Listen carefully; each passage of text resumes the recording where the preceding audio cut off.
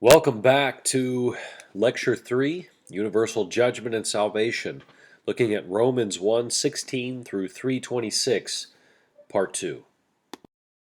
No section of Romans is without interpretive controversy. However, it is safe to say that Romans 1 through 3, or 4, vies for the crown with chapters 9 through 11, for which section is the most difficult and controversial. I think the most difficult is chapters 1 through 3, or 4. Both of these sections, chapters 1 through 3 and 9 through 11, deal the most explicitly with the Judean-Gentile relationship. Both of these sections are saturated with allusions and citations of Scripture. Both of these sections represent the multiple voices of the diatribe style. That is, Paul seems to be having a conversation here with an imagined interlocutor, and it is not always clear when Paul himself is speaking and when he is representing the voice of the other party. Both sections seem to have deep resonance with the wisdom literature and poetic psalmic traditions of Israel's past. Romans 9 clearly begins as a lament, see 9 verses 1 through 3, and clearly ends as an ecstatic praise, see chapter 11 verses 33 through 36. The prophetic tone of critique and promise reverberates throughout both sections. But this first section, Romans 1:18 through 3:20, presents a number of puzzles. It can be broken largely into three major sections: 1 8 through 32, 2 1 through 16, and 2 17 through 3:20, with this last section being divisible into three smaller sections: 2:17 to 29, 3:1 to 9a, and 3:9b to the end, verse 20. Each section, while having exegetical and hermeneutical challenges, is fairly straightforward in itself. But when trying to follow the logic of the entire argument covering this large section, that is where the great difficulties come in. Furthermore, as has been noted above, Paul employs the style of diatribe, which is itself a field of study and has been variously understood. Let's briefly reflect on how the section might fit together as a sustained argument and note some recent noteworthy proposals regarding its interpretation. We may remember from Lecture 1 that a common popular caricature of Romans sees the first three chapters as simply and merely condemning all humanity under sin, often with a special focus on reminding Jews that they are no better off than the rotten Gentiles. Well, some aspects of that thesis are certainly here, but it is much more sophisticated and complicated than that. Here, the issue of determining Paul's intended or encoded audience is crucial to how one reads this passage. If one views primarily Judeans in view here, for example, Moo, Watson, and Cruz, then Paul's concerns may be aimed at arrogant Judeans who consider their status of election as securing their fate. If one views solely Gentiles in view here, for example, Stowers, Das, Eliot, then it radically alters what Paul might be doing with examining issues that are clearly more of interest to Judean concerns than pagan Gentile concerns, such as the law, demarcating Judean privilege, and the accusing testimony of Israel's scriptures. Stanley Stowers has done the most to encourage a rhetorically sophisticated reading of this section of the epistle with regard to the style of diatribe.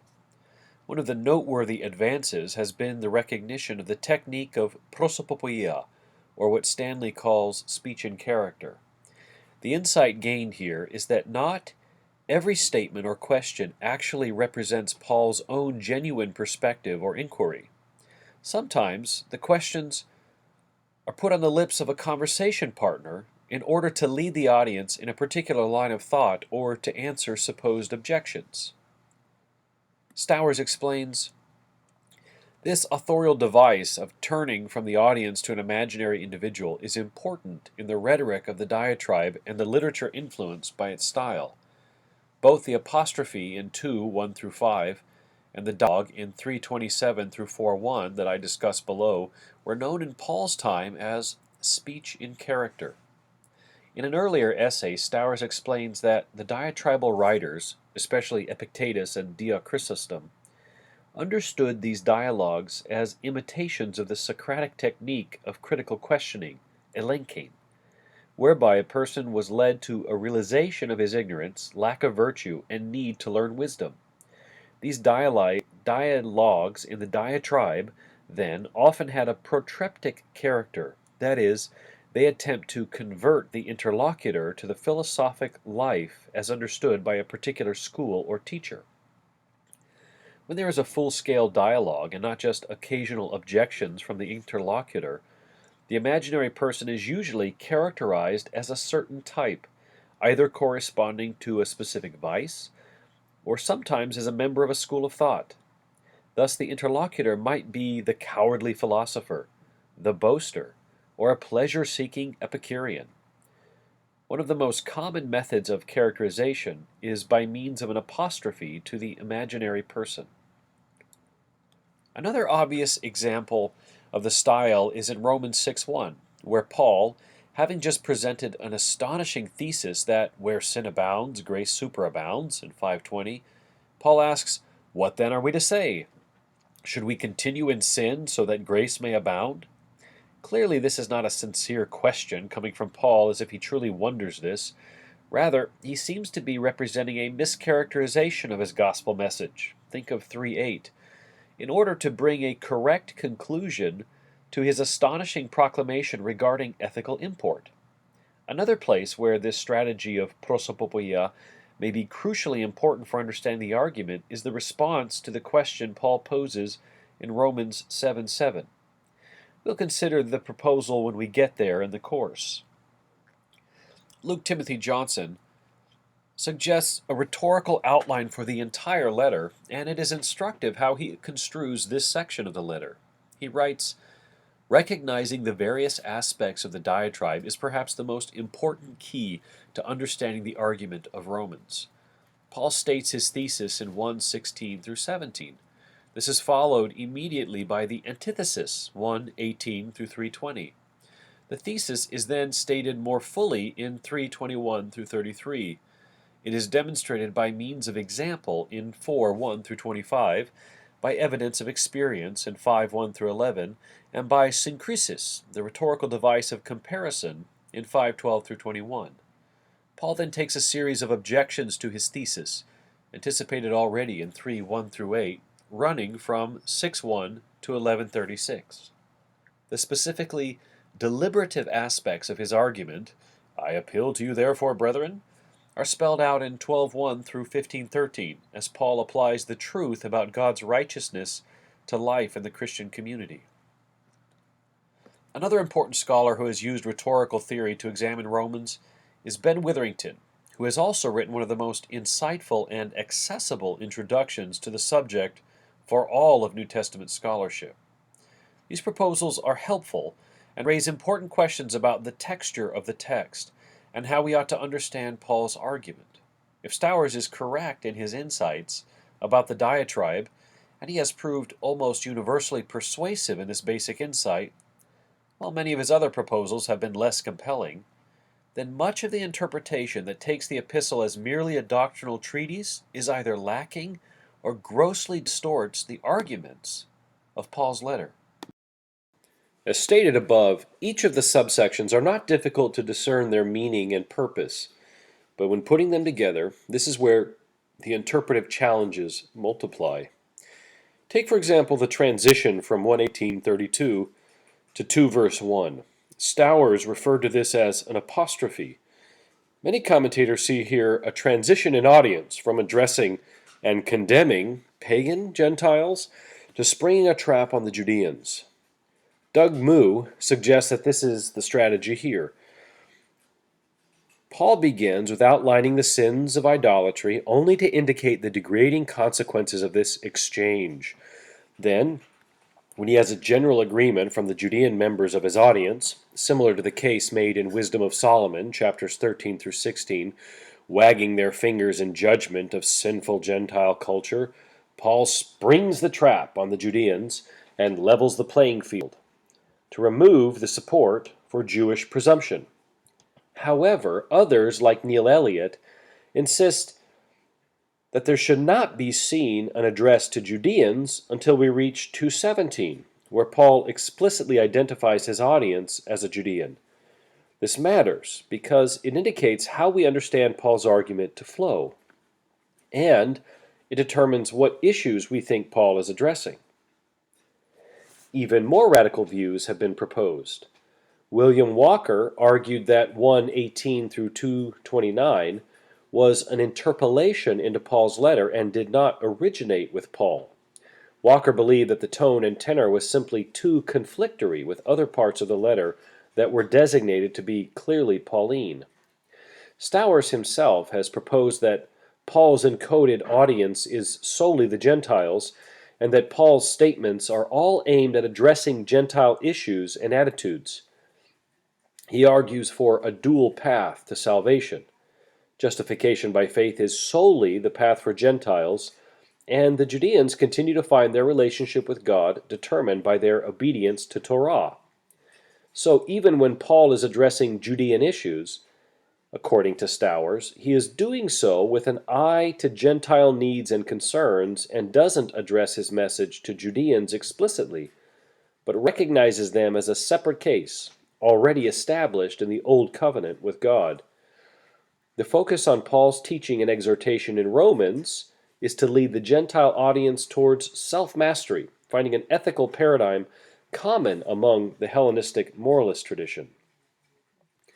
Another notable proposal regarding the structure and message of Romans 1 through 3 comes from Douglas Campbell. Campbell's 1,200-page tome, The Deliverance of God, made large waves in the world of Pauline scholarship when it arrived. This large work was preceded by a smaller book, where Campbell outlined his critiques and proposals entitled The Quest for Paul's Gospel. In this former book, Campbell outlined three broad approaches to Paul's theology that he identified thusly.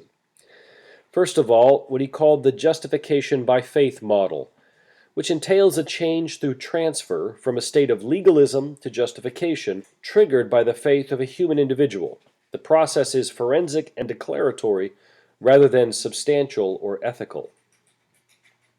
Secondly, what he called the salvation historical model, which was a reaction to the justification by faith model, responding with a more historically inclined understanding that links a salvific promise within Judaism to its fulfillment in the Messiah Jesus and the subsequent efforts of the early Christians in the church who are now the people of God. Campbell judges this approach to be better than its predecessor because it is more corporate rather than individual, more canonical, positive, and historical, but his critique indicates that it lends itself to a supersessionism where the church displaces Israel and the Jewish people. His third proposal is what he calls the pneumatological, participatory, martyrological, eschatological model. It is Campbell's preferred approach, bringing together various images from Paul's writing: spirit, in Christ participation, nonviolent self-giving witness, and entry into the age to come. Campbell sees his view as more compatible with the broad strokes of Orthodox Christian theology, being more oriented Trinitarianly, Christologically, and spiritual pneumatologically. With regard to Romans, Campbell has become famous, or infamous, for a particular thesis that approaches Walker's interpolation thesis. Campbell claims, with appeal to the convention of prosopopoia, technically a parody of sorts, that the majority of Romans 1:18 through 3:20 does not represent Paul's own perspective, but that of the teacher, a particular opponent that Paul has encountered on his missionary ventures. Look at Romans 2:17 through 24, and back to verse 16, where Paul singles out my gospel, and then again 16, verses 17 through 20. This teacher may in fact be one of those who created such difficulties in the Galatian controversy, according to Campbell. Therefore, the thrust of 1:18 through 3:20 in Campbell's thesis is not so much a general indictment of sinful humanity, but rather a refutation of the teacher's gospel, which is not one, like in Galatians 1:7. 1:18 to 32, for Campbell, is not Paul's voice at all, but the caricature of pagan Gentiles. Likewise, The eschatology of divine wrath is not Paul's perspective, but rather that of the teacher, who's a hard-line advocate of retributive justice. In 3:9 through 20, the teacher himself is the primary target of the scriptural citations which he himself may have collected. Campbell represents the structure as follows. 1:18 through 32 is speech and character, which represents the teacher's usual rhetorical opening. In 2:1 through 8, Paul universalizes the opening's key premise, and then in 2:9 through 29 indicates the awkward implications, and then in 3:1 through 20, the humiliating conclusion that condemns even the teacher himself. Thus, all the tensions and apparent contradictions in this larger section of 1:18 through 3:20 can be completely alleviated by attributing the arguments to the teacher and Paul's challenge of his message. For Campbell, then, the true Pauline perspective is given in 3:21 to 26 and then explicated in Romans chapters 5 through 8. While few, or perhaps none, have followed Campbell in all of his remarkable and innovative proposals, his work commends itself as a serious and impressive engagement with Paul and contemporary Pauline scholarship. After presenting the thesis of the letter concerning the righteousness of God, Paul immediately turns to the theme of the wrath of God. Stephen Travis, who has written extensively on the topic of divine judgment, argues that Paul understands both salvation and condemnation primarily in relational terms. People's destinies will be confirmation and intensification of the relationship with God or alienation from Him, which has been their experience in this life. In dealing with the Pauline writings, Travis indicates that three questions have dominated much recent debate. I'll list the questions as he puts them, along with his basic response to them. First question, is wrath, in Greek orge, primarily present, that is realized, or future, at the final judgment? Travis says in Paul it is represented as both realized and future, though the emphasis appears to fall on the future manifestation. Second question, does Paul think of wrath in a personal or impersonal way? Travis writes, admittedly, Paul nowhere speaks of God being angry, yet in a divinely controlled universe, if people's sins lead to negative consequences, that can only be because God has willed it so. The third question, does wrath describe a feeling, affectus, in God, or an action, effectus, something God does, his judgment on sin?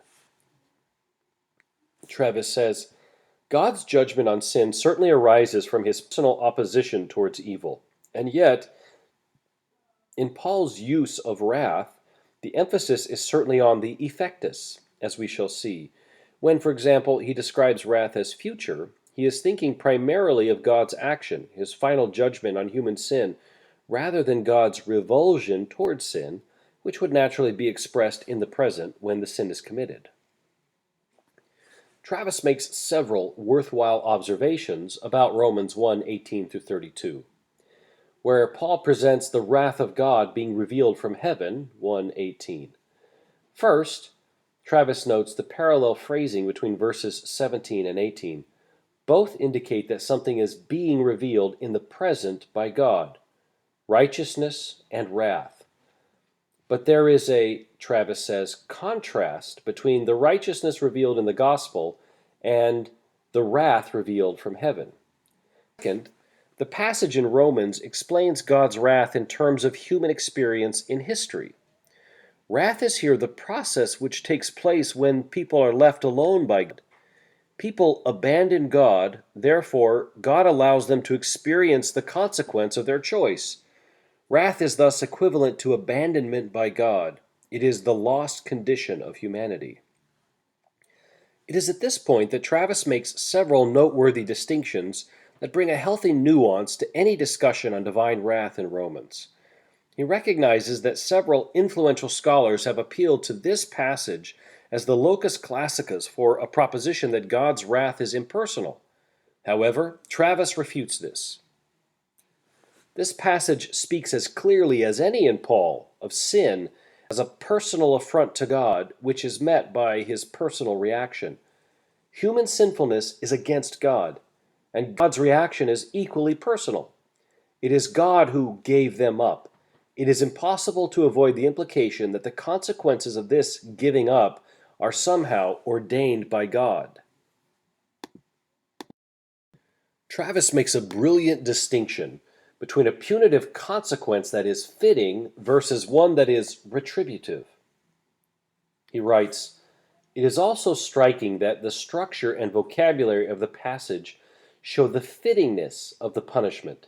There is thus a symmetrical series in which each kind of sin is met by its own appropriate judgment. Glory, in verse 23, corresponds to dishonoring, in verse 24. Exchanged, verse 25, corresponds to exchanged in verse 26. They did not see fit, in verse 28, corresponds to a base mind, verse 28. This structured series serves to emphasize that wrath is not capricious. It is God's personal and fitting response to human contempt of him and his will. But fitting is not the same as retributive. Whereas retribution involves the imposition from outside a punishment equivalent to the sin, wrath here is God's allowing people to experience the inherent consequences of their rejection of him. Travis recognizes that Paul does use explicitly retributive terminology in verses 27 and 32. In 127, Paul says men who committed shameful acts with other men received, the Greek is apalambano, in their own persons the due penalty, antimistia, for their error. Both Greek terms carry a retributive connotation. Verse 32 is stronger. Those who practice such things deserve to die. Travis explains his understanding of the rhetorical force of the retributive terminology. He writes, "Their purpose is to safeguard the essentially Godward relation of humanity. We are responsible to God. It is God who decides our destiny. If Paul were to speak solely in terms of the inevitable consequences of sin, or of people suffering the results of their own wrong choices, his theology would be in danger of degenerating into a mere anthropology, as some one-sided commentaries on this passage demonstrate. But the retributive language protects the supremacy of God as judge and as the sender of wrath. God, not humanity, has the last word." With these helpful guiding observations, we can make brief comment on the text itself. Travis has already alerted us to the fitting, yet tragic exchange that has taken place in this narrative of humanity. There is a decline narrative presented here, with many similarities to the portrait of the nations in the Wisdom of Solomon, chapters 13 through 16. Wisdom also assumes that something about God can be known from creation, and therefore those who are ignorant of God are foolish by nature because they do not recognize God from creation. Yet, this ignorance is not a cover. The Gentile sinners are without excuse, 13:8. Like Paul's argument here, idolatry is the root cause of all other evils, Wisdom of Solomon 14:12 and verses 26 to 27, especially sexual perversion. Both texts presume a particular identity for humanity as worshippers of the one true and living God. Paul presents the fundamental identity of humanity not so much as Homo sapiens, that is, a thinking thing, but as Homo religiosus. Humanity is worshipper and finds true vocation in the place of giving glory to God. That is why this portrait of humanity is so tragic. There's a basic fundamental betrayal of God and even ourselves when we engage in the worship of the creation, that which is not God. Humanity's failure is represented by two head terms, impiety, in Greek asebeia, and injustice, in Greek adikia, and they are expressed as a suppression of the truth in 118.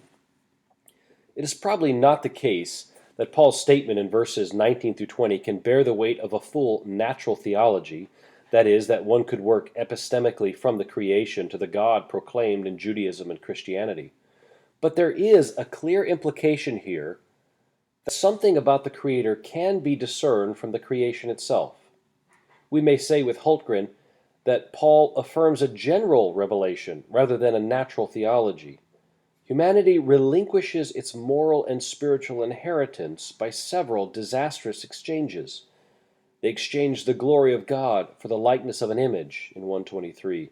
They exchange the truth of God for a lie in 125, and they worship the creature rather than the Creator in Romans 1:25. Some scholars have suggested that there are notable echoes of the story of Adam and his fall behind the language Paul uses here.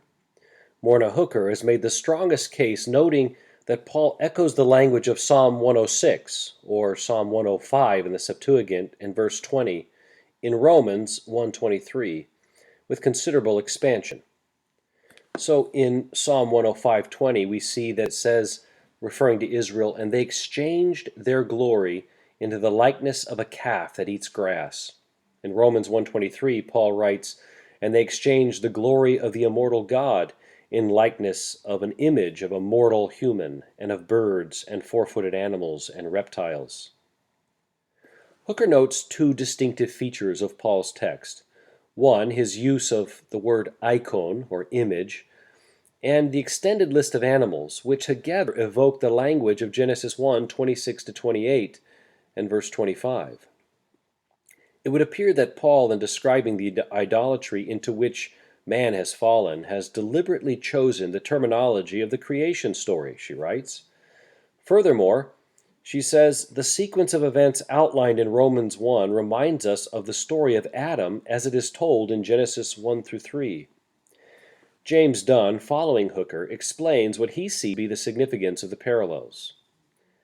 Significant for the initial setting up of the argument is the obviously deliberate echo of the Adam narratives in Genesis 2-3 in Romans 1:19-25. It was Adam who, above all, perverted his knowledge of God and sought to escape the status of creature, but who believed a lie and became a fool, and this set the pattern, Adam equals man, for mankind, which worship the idol rather than the Creator. The effect is to characterize human, Adam, unrighteousness from a Jewish perspective. That is, human unrighteousness typified by the Jewish abhorrence of idolatry and the degradation of Gentile sexual ethics. It should be noted here that Psalm 106, again in the Septuagint it's Psalm 105, is a psalm recounting the great failure of Israel. It is the fall of Israel, recounting the incident at Sinai with the golden calf as Israel's original sin. See Exodus 32. Not everyone is convinced by Hooker's argument, but the noted parallels become important when we realize the larger role Adam plays in Romans as a type of Christ and as a corporate person for all of humanity enslaved to sin heading towards death. See Romans 5:12-21. Also, it will be suggested that the narrative of Adam in Genesis 2-3 functions as a background narrative of sorts that makes sense out of what Paul is doing with the story of Israel in Romans 7, verses 7-25, which will help us to unravel the quandary of the ego or the I in that passage. Important to note at this point is that if the Adam narrative is recalled in the midst of Paul appropriating the original sin of Israel with the golden calf idol for the original sin of Gentiles as idolatry, then it may be that the later clincher of the universal guilt of humanity may already be implied in 1:19-25. That is, the story of Adam is the story of Israel in Nuke. God creates Adam and Israel as a gift. God places Adam and Israel in a garden or land of promise. God gives Adam and Israel a command or the law. Adam, Israel, transgresses the command, the law. Adam, Israel, is exiled east of Eden until the people arrive at Babel or Babylon. So, if this section of Romans is part of Paul's own argument, as opposed to representing a parody of a perspective oppositional to Paul's gospel, as with Campbell, then Paul may already be preparing for his presentation of the world-shattering, apocalyptically oriented, divine-disrupting gospel proclamation of Christ, who is the new Adam, although Paul does not use this phraseology of Christ in Romans like he does in 1 Corinthians 15, and Christ as the new Adam who opens up a new way of being humanity. The wrath of God is expressed in a manner that human beings are handed over to the consequences of their sinfulness and perversion. As in the Wisdom of Solomon, idolatry for Paul's argument here leads to a degradation and sexual perversion. In fact, this was a common caricature of pagan Gentiles by Judean moralists in the Second Temple period. They were idolaters and they were horrendous sexual perverts. For Judean moral reflection in Second Temple Jewish period, homoerotic sex was characterized as a Gentile, not Judean problem, as were adultery, rape, promiscuity, pimping, and bestiality. Paul draws particular attention to unnatural sexual acts only to follow it up and conclude this severe indictment with a vice list that leaves no room for self-congratulation among the variety of cultures in the Mediterranean world.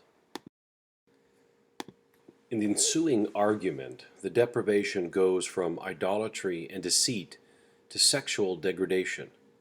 The wrath of God is experienced as God giving them over to impurity, to the degrading of their bodies among themselves, 124, as a direct consequence of their worshiping the creature rather than the Creator, 125.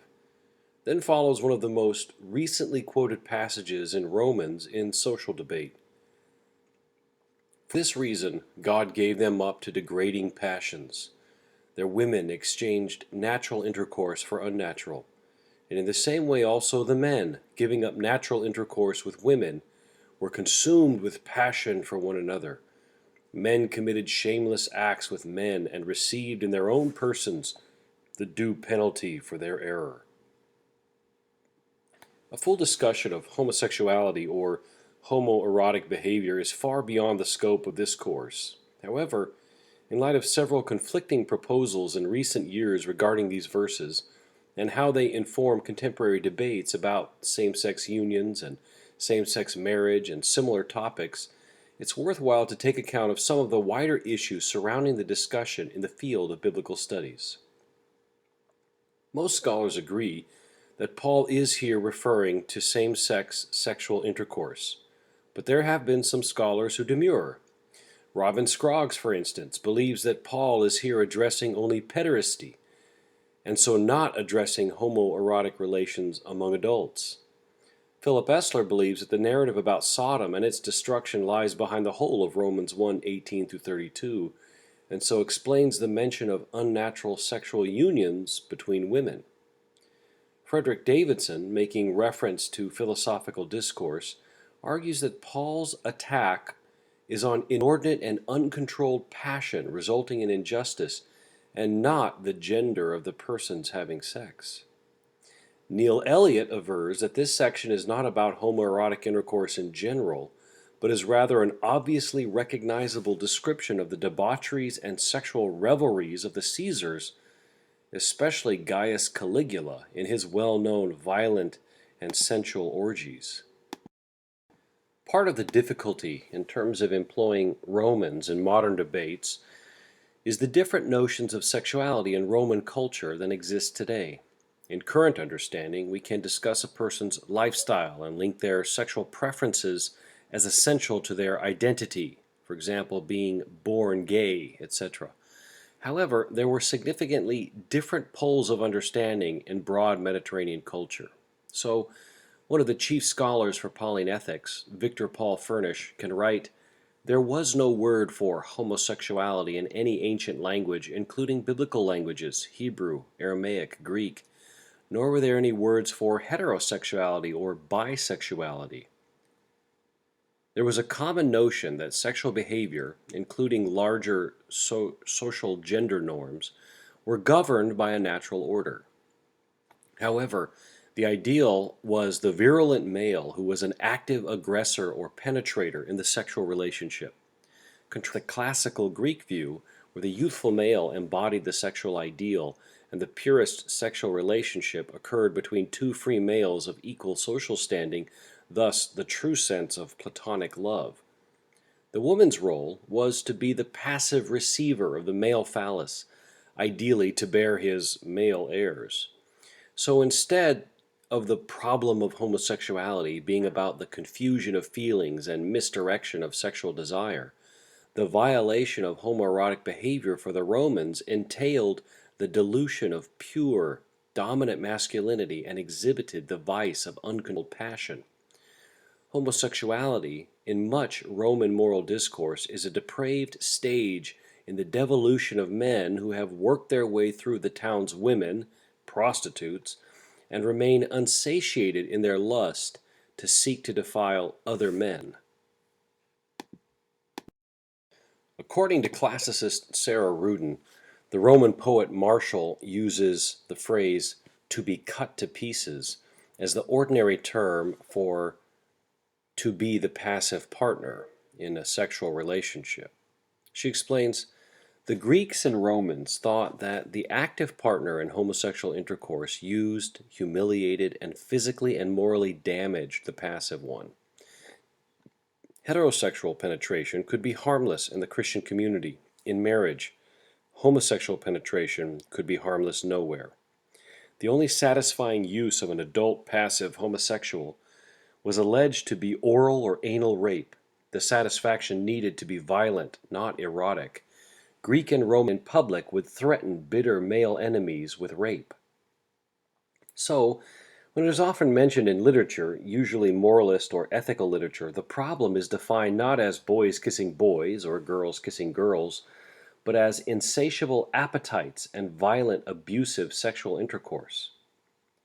There seems to be an agreed basis for rejecting homoerotic intercourse amongst Romans and Judeans as being against nature, paraphusin. The category, especially among Judeans who had as their moral compass the Mosaic Torah, is not one that is ontological so much as it is deontological. The understanding of nature in this conventional language does not rest on empirical observation of what actually exists.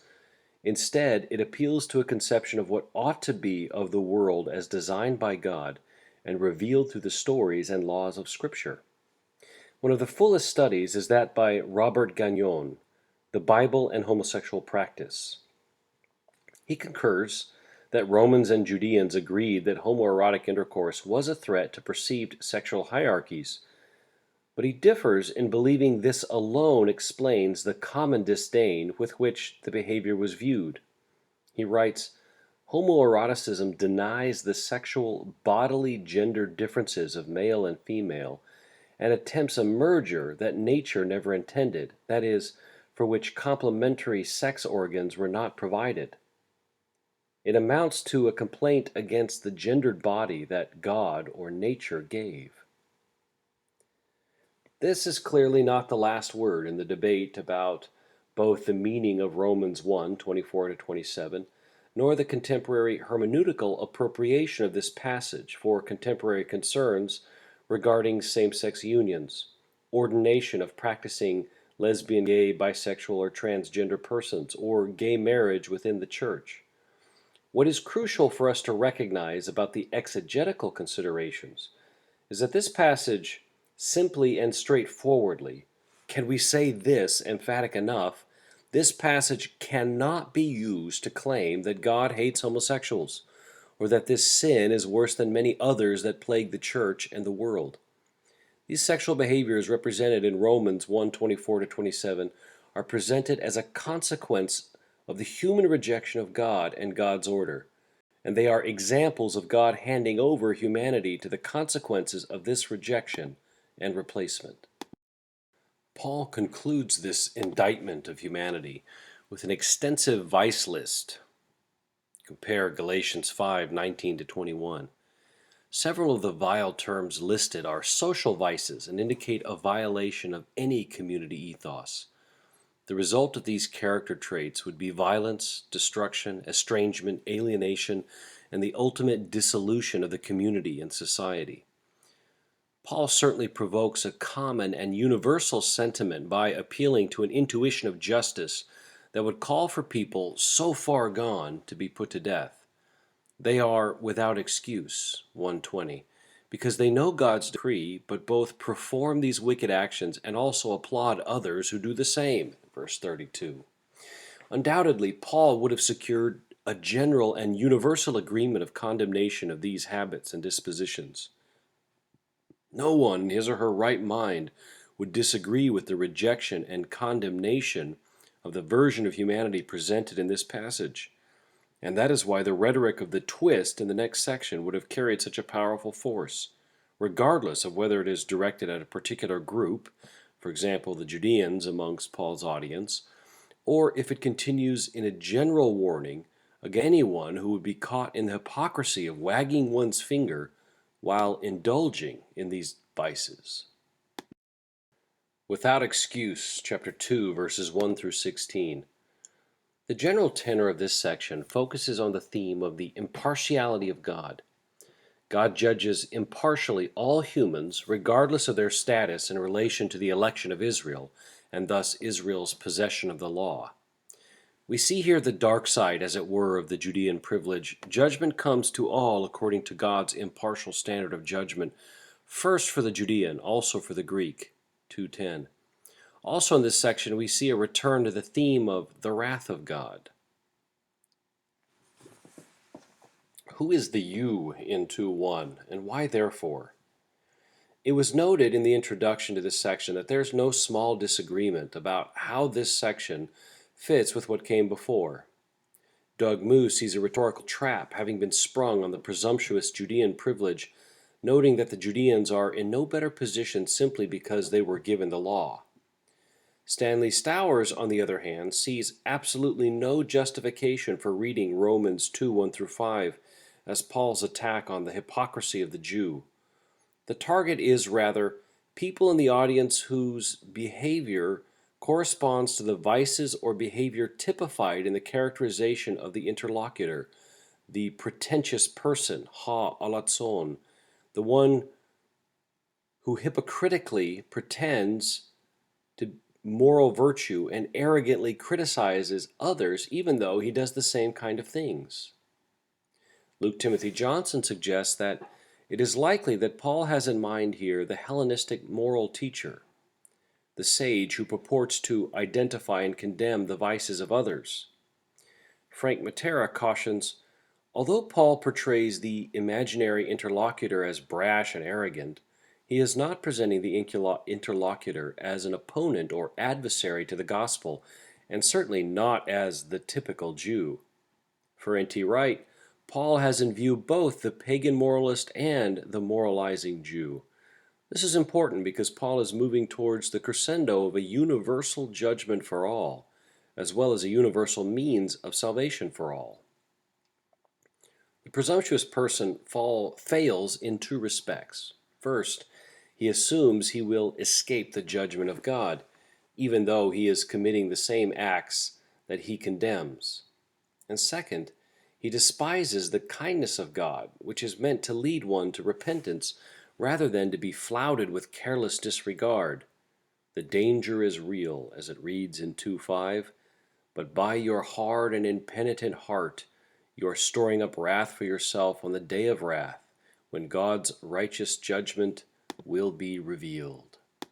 The standard God will use to judge is universal and fair, for he will repay according to each one's deeds. Verse 6. Again, we see the terms of judgment as that which is fitting. Most scholars see here an eschatological referent to the day of wrath and the time when God's righteous judgment will be revealed. However, the statements here and in what follows have raised significant challenges for interpreters trying to imagine a temporal scheme to Paul's teaching about salvation and judgment. Paul clearly sets up a scenario where people will be rewarded for good or ill according to their deeds. Fitzmyer perceives a chiastic structure in this paragraph. In verse 6, God will repay evil according to everyone according to their deeds. So it is in verse 11. There is no partiality with God. In verse 7, eternal life will be for those who do good. Just like in verse 10, glory, honor, peace for those who do good. And then at the center, wrath and fury for those who disobey, verse 8, and distress and anguish for those who do evil, verse 9. Many folks have seen a difficult tension, if not outright contradiction, between Paul's proclamation of a gospel of God's free gift of grace, see Romans 3:24, and the notion that people will be judged by their deeds. Even a volume in the Zondervan Counterpoints series has been dedicated to the question of the role of works at the final judgment. Four views are represented. First, works will determine rewards but not salvation, with a division made between the Bema judgment seat of Christ and the white throne final judgment. This is presented by Robert Wilkin. The second view, works will provide evidence that one actually has been saved, and so the absence of works will be evidence that the person was not actually to begin with. This view is presented by Thomas Schreiner. Thirdly, works will provide the criterion by which Christ will determine eternal destiny of his people, where righteousness is both imputed and expected to be manifested in the lives of believers. This is presented by James Dunn. And the final view, works themselves will merit eternal life, and these works are meritorious not apart from Christ, but precisely because of the union of the believer with Christ. This is presented by Michael Barber. So again, we can note that the basic message of Romans 2:1 through 11 is fairly straightforward. God judges impartially. God deals with Israel according to a logical priority. They are God's covenant people, and God's reputation is staked to their particular history. However, depending on where the commentator puts the emphasis will determine how the force of the argument is construed. If the commentator believes Paul is targeting the Judeans, then the message is that they do not receive a free pass to have license for violating God's righteous standard. God is impartial. If the interpreter believes Paul is targeting the Gentiles, then the message is a constant argument persuading the Gentiles of the fairness of divine judgment and the mindful culpability of the Gentiles, even apart from the law. That is, Gentiles standing outside of the law does not negate their accountability before the just and holy God. So at any rate, we can see that Paul's focus here is on the status of the Judean alongside the Gentile, and the Gentile alongside the Judean, and both before God. But this raises the question regarding what standard God will use, being that the Judeans have in fact received what may appear to be an advantage, the revelation of Torah. All who have sinned apart from the law will also perish apart from the law, and all who have sinned under the law will be judged by the law. For it is not the hearers of the law who are righteous in God's sight, but the doers of the law who will be justified. When Gentiles who do not possess the law do instinctively what the law requires, these, though not having the law, are a law to themselves. They show that what the law requires is written on their hearts, to which their own conscience also bears witness, and their conflicting thoughts will accuse or perhaps excuse them on the day when, according to my gospel, God, through Jesus Christ, will judge the secret thoughts of all. Romans 2:12 through 16 in the NRSV slightly amended. Paul gets specific in the next paragraph regarding the standards of the law. No less than 10 times does Paul mention the law, Greek nomos, by which he means Torah, and not law in a general sense. There is a parity on every level. Sin results in perishing with or without the law. See verse 12. Paul explains the logic of the law is about doing and not merely hearing. It seems Paul, if this is in fact his genuine voice, is anticipating his argument in chapter 10 when engaging the Deuteronomic prophecy of Deuteronomy 30, where Paul cites it in Romans 10, verses 6 through 8. Verses 14 through 15 are perhaps the most problematic. When Gentiles who do not possess the law do instinctively what the law requires, these, though not having the law, are a law to themselves. They show what the law requires is written on their hearts, to which their own conscience also bears witness, and their conflicting thoughts will accuse or perhaps excuse them. No less than the two very different interpretations of N.T. Wright and Thomas Schreiner agree that these Gentiles are actual Gentiles, and not just imagined or rhetorical tropes Paul is using to build his argument. However, they are different figures in each of those scholars' understandings, and they have a different role in their understanding of Paul's argument. For N.T. Wright, they are Gentiles who have the law written on their hearts and are actual Gentile Christian believers who are better seen in later parts of Romans, especially chapter 8. For Schreiner, they are unbelieving Gentiles, and the phrase, what the law requires is written on their hearts, refers merely to their conscience, which is imbued with a natural internal sense of what God requires of humanity. However, they all will finally be condemned. Leander Keck sides closer to Schreiner on this point, indicating that the key point is the continuation of the theme of Gentile culpability before God, and verses 14 through 16 demonstrate the continued point that they are without excuse, see 120 and 2:1, and recognize their situation as such. However, Keck refutes the notion that possession of this law refers to conscience. Rather, the phrase, when Gentiles who do not possess the law by nature do the things of the law, refers to the fact that law is not their natural possession. The issue of conscience goes back to the accountability before God and places the Gentile in the same situation as the Judean. Commentators do agree that the fundamental point made here is stated in the thesis in verse 11, for God shows no partiality. Jewett Bassler explains, the persistent emphasis on partiality and grace, unique to Romans, shows that chapters 1 through 2, with their similar message, had a preparatory function.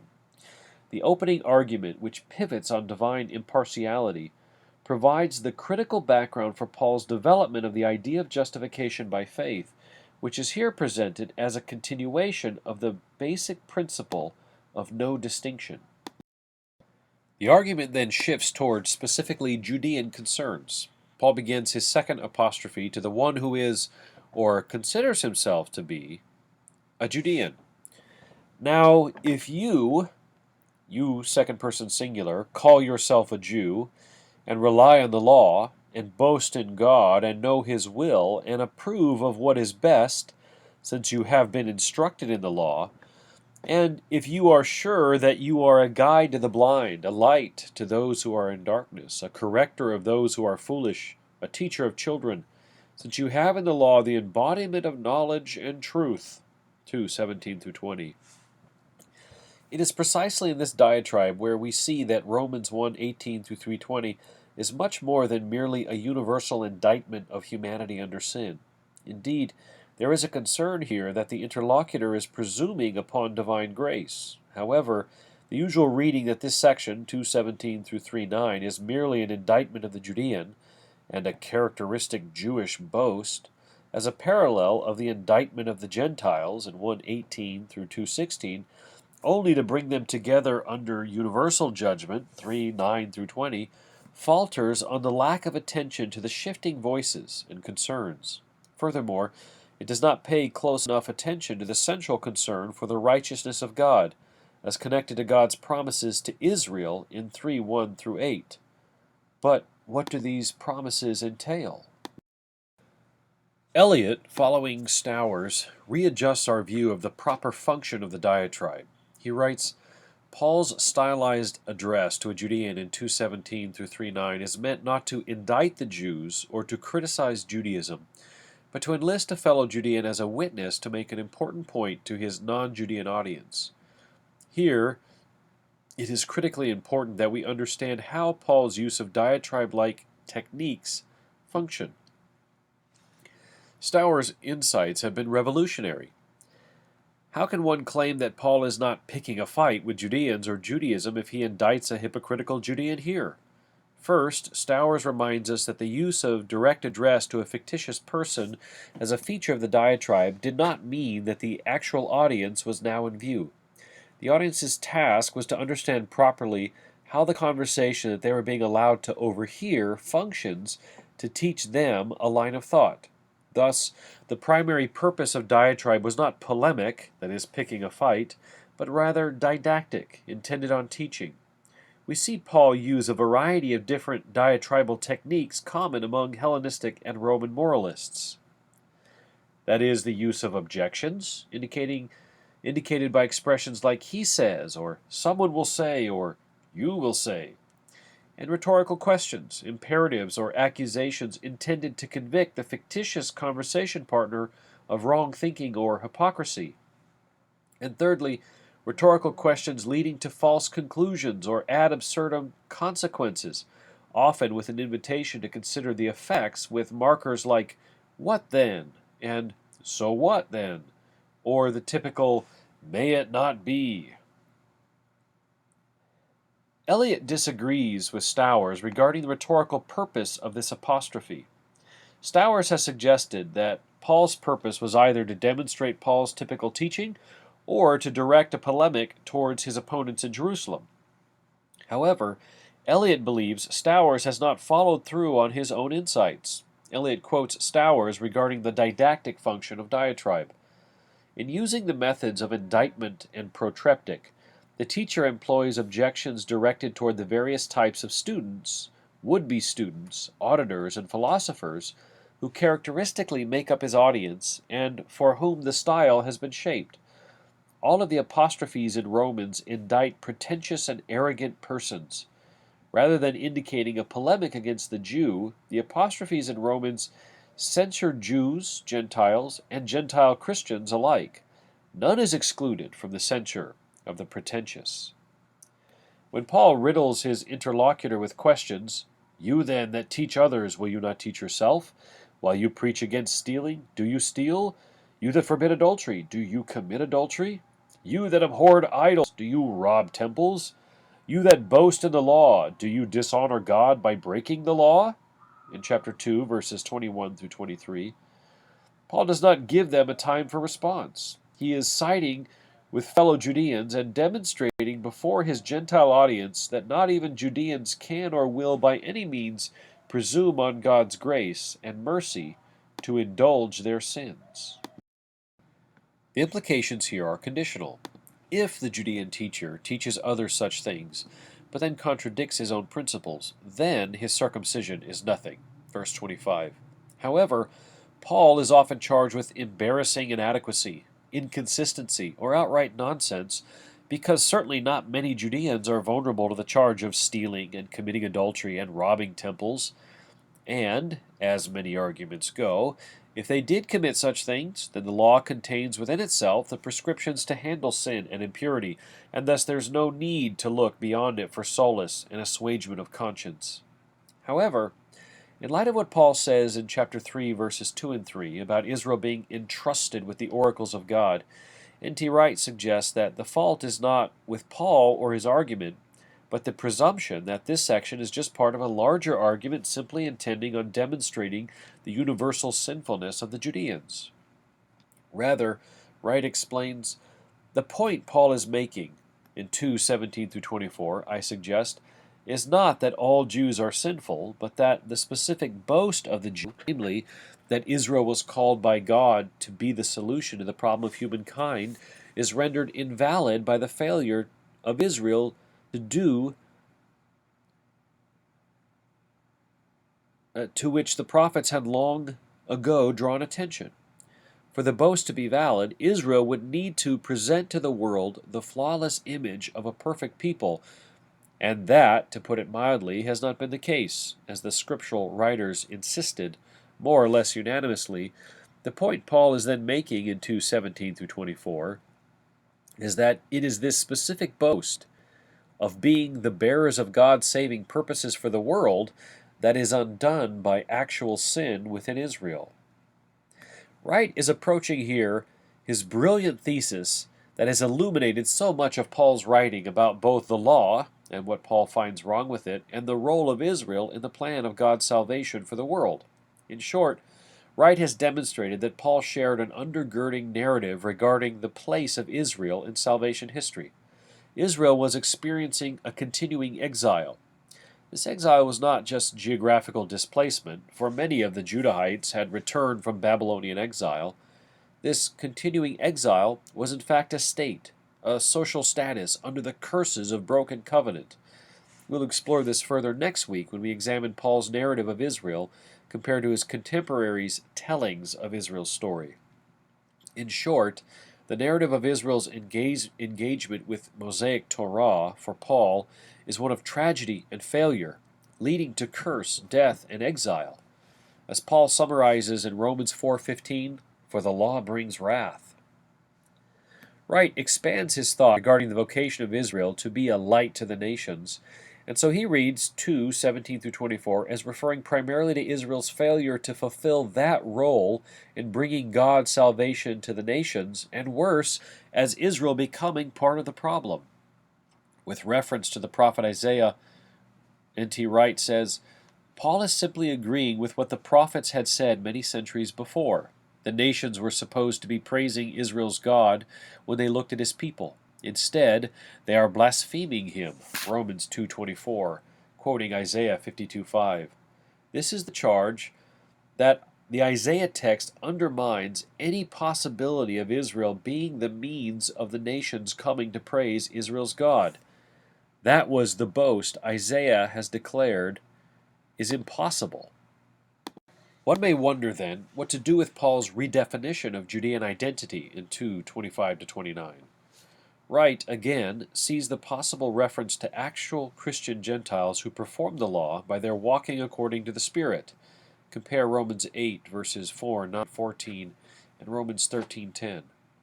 Wright draws attention to two elements of these verses. First, he sees verse 27 as the central point of the paragraph. Then those who are physically uncircumcised but keep the law will condemn or judge you that have the written code and circumcision but break the law. That's 227, New Revised Standard Version, a bit revised. The focus is not simply on this or that person being morally upright or not, but on the instrumental role that person occupies in God's purposes. The second point is the issue of the ironic reversal, especially in light of the admonition for judging others in 2:1 through 3. And look at verse 6. There is after all a people who will judge others, and they appear to be a subcategory of Gentiles who are to judge a subcategory of Jews. That is remarkable in itself, but my main point is this. Paul is continuing to speak in this paragraph as he was in 2:17 to 24, of people through whom God acts in relation to others. Only this time, instead of acting through Jews in relation to Gentiles, God is now astonishingly acting through Gentiles in relation to Jews. We see Paul in this paragraph engaging what was a viable debate in the first century. Who is true Israel? What does it mean to be counted as the people of God? It was part of a remnant discourse. We can see that this is part of the debate John the Baptist has with his audience. Look at Matthew 3, verses 7 through 10, and Luke 3, 7 through 9, to which he both rejects the possibility that this status of being Israel can simply be determined by appeal to genealogy, and we see John the Baptist prefer the crisis alternative of repentance and baptism. Understanding how Romans 3:1 through 9 follows from the apostrophe in 2:17 through 29 requires attention to the different voices present. This is true diatribe utilizing the speech and character conversation pattern. However, there are debates regarding how to assign the different questions and responses to Paul and to his fictitious conversation partner. Eliot explains that on the basis of Stour's own discussion of diatribe-like technique, we should read the questions in 3:1 through 9 not as objections from the interlocutor, but as Paul's leading questions, and the answers as his dialogue partner's appropriate drawing of right conclusions and rejection of wrong conclusions. Eliot disagrees with Stour's, who has altered his own position, about the finer points of assigning the different parts. Eliot provides a table comparing the different options that you can see on the script notes, the PDF version. Well, in the end, we'll see that Eliot represents the dialogue in the following manner. In 3:1, he sees that as Paul's leading question. Then what advantage has the Judean, or what is the value of circumcision? To which in 3:2, the interlocutor responds, much in every way, for in the first place, the Judeans were entrusted with the oracles of God. 3:3, Paul again.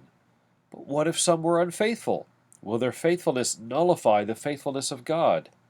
3:4, the interlocutor responds, by no means. Although everyone is a liar, let God be proved true. In 3:5, Paul the teacher says, But if our injustice serves to confirm the justice of God, what would we say? That God is unjust to inflict wrath on us? I speak in a human way. To which the interlocutor student replies, By no means, for then how could God judge the world? In verses 3, 7, and 8, we see Paul again as the teacher asking these leading questions. But if through my falsehood God's truthfulness abounds to his glory, why am I still being condemned as a sinner? And why not say,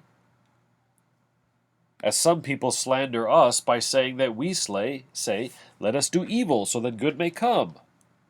And then again in 3:9a, it's Paul. What then? Do we have any defense against God's judgment? To which the interlocutor replies, Not at all, for we have already charged that all, both Judeans and Greeks, are under the power of sin. Eliot's schema here is intentional about rescuing Judeans from the charge of being presumptuously hostile to Paul's conclusions. Eliot explains, This way of reading the diatribe conforms more naturally to Stour's insights about the way teachers could use leading questions in fictitious dialogues to shape the perceptions and attitudes of their audience. But it fundamentally changes our perception of Paul's purpose. He is not indicting a Judean who recoils in self-protection and protest. Rather, he is enlisting a Judean colleague who heartily endorses his conclusion. Yes, says his witness, if I have committed the sins you describe, I most assuredly deserve judgment. To expect otherwise would be to dishonor God, and to justify the reprehensible allegations raised against my people by the nations, that we imagine may do evil that good may come. Far better for me to be judged than for God's honor to be impugned. The Judean interlocutor is not concerned to protect his privilege over against God's claim. To the contrary, he enthusiastically agrees with Paul that Judeans enjoy no defense against God's judgment. The non-Judean audience, overhearing the conversation, is meant to learn an important lesson about Judeans. Together, Wright's and Eliot's proposals, not without their own challenges, help to offer us a much more nuanced reading of this section of Romans. They also help us to see a deeper coherence to all of Paul's letter, rather than seeing each of the sections, 1 through 4, 5 through 8, 9 through 11, and then 12 through 15, as separated and separable. We can certainly see here much anticipation of later aspects of Paul's argument regarding the discourse of Judean privilege, and Paul's revolutionary transformation of election discourse. At this point, Paul clearly employs the testimony of the Scriptures to support his thesis through a catena of scriptural passages. Paul cites several scriptural passages coming from Psalms, Proverbs, Ecclesiastes, and Isaiah in order to respond to the question that appears to be the opposite of the initial question that began the conversation. In 3:1, the question was about Judean privilege, if any. In 3:9a, the question seems to be whether, then, Judeans are actually put at a disadvantage. There's a debate regarding how to translate the Greek proekometha. Is it a middle voice verb indicating the question, as in the NRSV, are we any better off, indicating some kind of advantage? Or is it a passive voice, which would be the exact same grammatical form, but which would be translated, are we at a disadvantage? The latter option seems more viable in light of the catena that follows, with a final conclusion that, in verses 3:19 through 20, now we know that whatever the law says, it speaks to those who are under the law, so that every mouth may be silenced, and the whole world may be held accountable to God. For no human being will be justified in his sight by the works of the law, for through the law come the knowledge of sin. A crucial insight here is to recognize that the voice of the law for Paul is not confined simply to the Mosaic Torah, the Pentateuch. Francis Watson explains Paul's hermeneutical understanding that there are both a prophetic voice and a legal voice running throughout the entirety of the Scriptures of Israel. Thus, Moses can speak with both the voice of the law or the voice of a prophet, as can other texts. Watson writes, in its prophetic voice, Scripture speaks of the positive outcome of God's future saving action. In the voice of the law, it speaks of the negative outcome of the human action that law itself had previously promoted. The dual testimony is fundamental to the Pauline hermeneutic of faith. So, we can see in the Catena a range of textual genres, all of which speak with the condemning voice of the law in Romans 3:10 through 18. As it is written, there is no one who is righteous, not even one. There is no one who has understanding. There is no one who seeks God. All have turned aside. Together they have become worthless. There is no one who shows kindness. There's not even one. Their throats are open graves. They use their tongues to deceive. The venom of vipers is under their lips. Their mouths are full of cursing and bitterness. Their feet are swift to shed blood. Ruin and misery are in their paths, and the way of peace they have not known. There is no fear of God before their eyes. I have highlighted two elements by bolding the select terms here. First, in verses 10 through 12, I highlight the repetition of language indicating a universal condemnation. Second, in verses 13 through 18, I highlighted the very embodied nature of this deprivation. The entire body, the whole person, is involved in sin and performing sins that resonate well with the portrait of humanity in 1:18 through 32. What will be needed is an appropriately embodied response, as we'll see in Romans 6:12 through 19 and chapter 12, verses 1 and 2. It is noteworthy to attend to the context of Paul's citations, which is illuminating regarding the conversation Paul seems to be having with the scriptural testimony. Rodrigo Morales explains with insight. At first glance, this litany seems like an intemperate, almost misanthropic rant. Paul's basic point is simple, and is summarized in his paraphrase of Ecclesiastes 7:20. There is no one who is righteous, not even one. A closer reading, however, reveals the care with which Paul has selected these citations. As with Psalm 51, the broader context of most of these citations evokes key themes in Romans.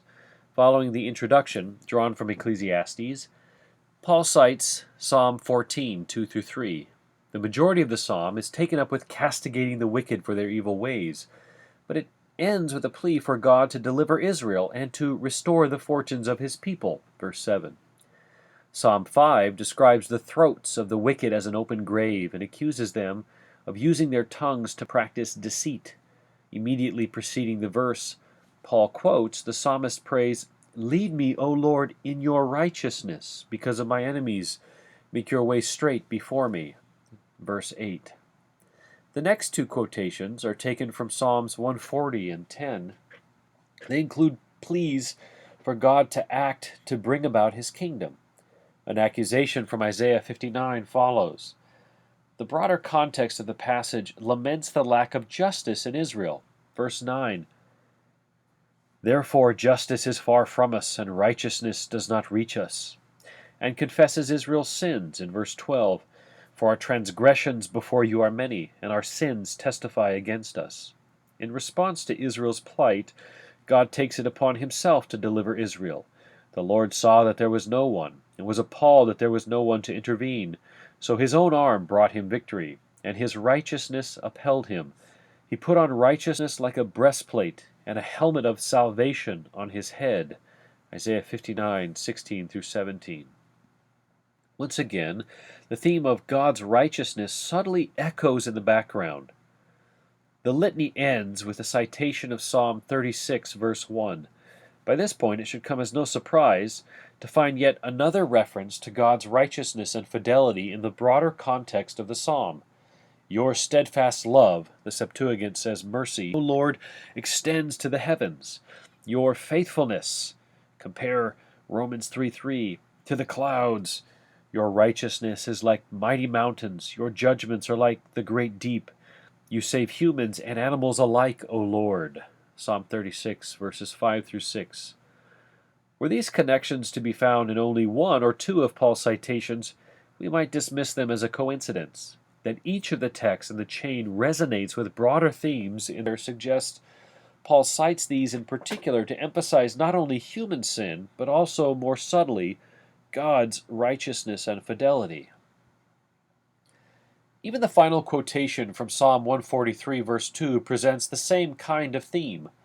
For no human being will be justified in his sight by works of the law, for through the law comes the knowledge of sin. Again, Rodriguez, no doubt influenced by Richard Hayes, says it well. Once again, we miss the deeper point if we focus only on the surface meaning of the citation. The psalm continues the primary theme of the chapter. All human beings, Jew and Gentile alike, are sinful. Beneath the surface, however, we see once again the counterpoint to this theme. In Psalm 143, the psalmist acknowledges human sinfulness as a part of a plea to God to act based on his own righteousness. Hear my prayer, O Lord. Give ear to my supplication in your faithfulness. Answer me in your righteousness. Psalm 143:1. The psalm ends with a similar appeal, again based on God's righteousness. For your name's sake, O Lord, preserve my life. In your righteousness bring me out of trouble. In your steadfast love cut off my enemies and destroy all my adversaries. Verses 11 and 12. Over and over again, Paul's indictment of humanity is tempered, not because humanity is righteous, but because of God's own righteousness. Despite the ubiquity of sin, Paul holds out hope that God, in his faithfulness and righteousness, will ultimately deliver his people. Paul here sets up the universal problem of humanity. What had always been Israel's response to the pagan Gentile idolatry and perversion indictment was God's gift in preferring Mosaic Torah to God's covenant people. Israel was entrusted with the oracles of God, Romans 3:2, and intended to be a light to the nations, see 2:19, of course echoing Isaiah 49:6. However, something has gone terribly wrong, and this divine solution has itself become part of the problem. The law speaks with a voice to condemn humanity, and Israel has itself become complicit in the alienating sin and wickedness. This is why God has revealed his righteousness apart from the law, 3:21. And, as we shall see next week, Paul understands the revelation of the righteousness of God through the faith of Jesus Christ as the culmination of God's promises to Israel and to the world. This is the story that has been true all along. The world just needed Paul to be commissioned in order to proclaim it.